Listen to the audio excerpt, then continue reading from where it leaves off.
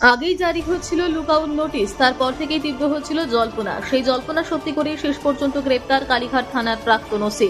প্রায় 11 ঘন্টার বেশি সময় জেরার পর গ্রেপ্তার করা হলো কলকাতা পুলিশের ডিসি শান্তনু সিনহা বিশ্বাসকে।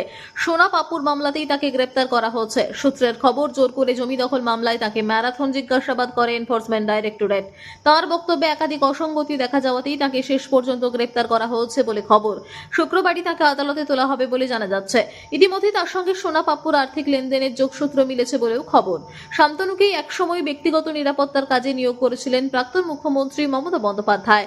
প্রসঙ্গত, জমি দখল, তোলাবাজি, বেআইনি অস্ত্র রাখার মতো একাধিক গুরুতর অভিযোগে বালিগঞ্জের সোনা পাপুর বিরুদ্ধে জোরদার তদন্ত চালাচ্ছে ইডি।